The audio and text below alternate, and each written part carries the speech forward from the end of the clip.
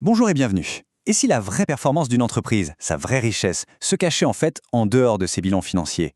Aujourd'hui, on explore justement ça, la comptabilité écologique, une approche qui vient révéler ce que notre économie a, disons, un peu trop longtemps choisi d'ignorer.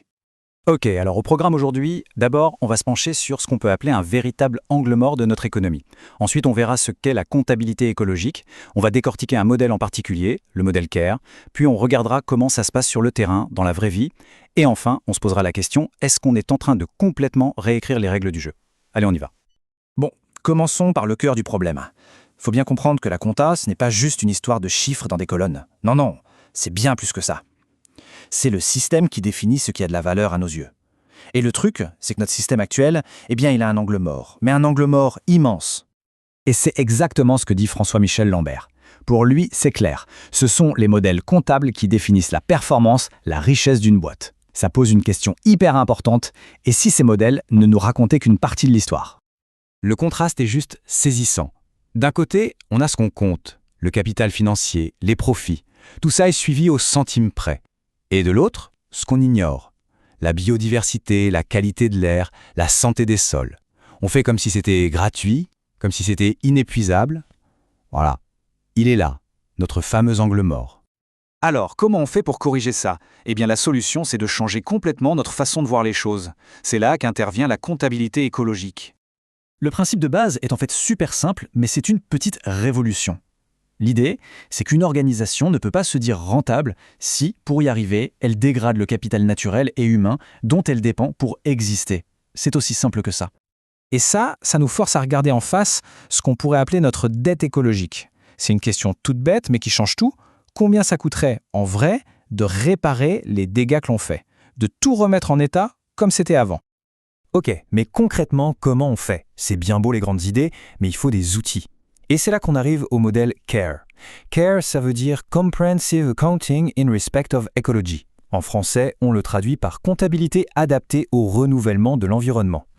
Le fondement de CARE, c'est de traiter 3 types de capitaux de la même manière, sur un pied d'égalité.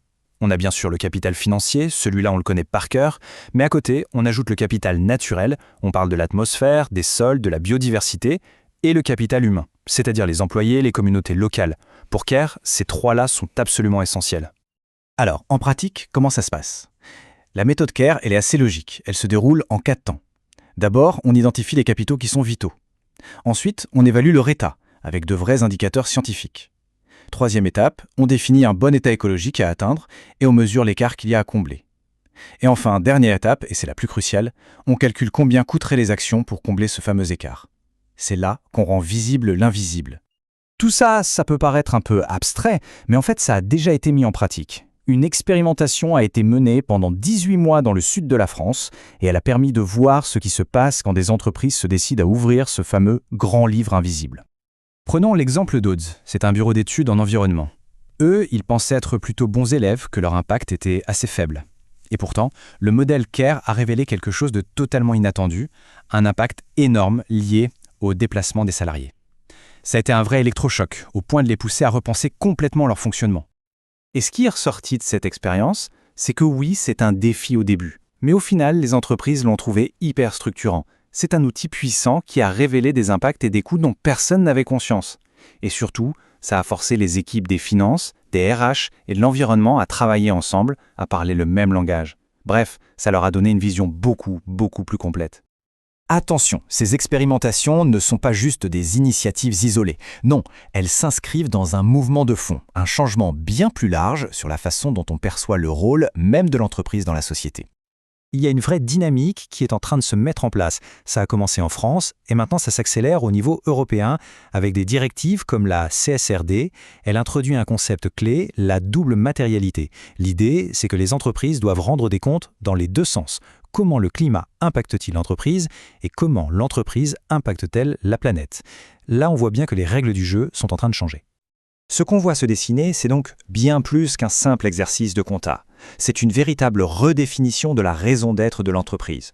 On se dirige vers un futur où être solvable d'un point de vue écologique sera aussi crucial que de l'être financièrement. Alors voilà la question qu'on peut se poser pour conclure. Imaginez une seconde, à quoi ressemblerait le monde si chaque rapport annuel d'entreprise incluait, à côté du bilan financier, un bilan pour la planète? C'est une pensée assez vertigineuse et c'est peut-être bien l'avenir qui est en train de s'écrire sous nos yeux.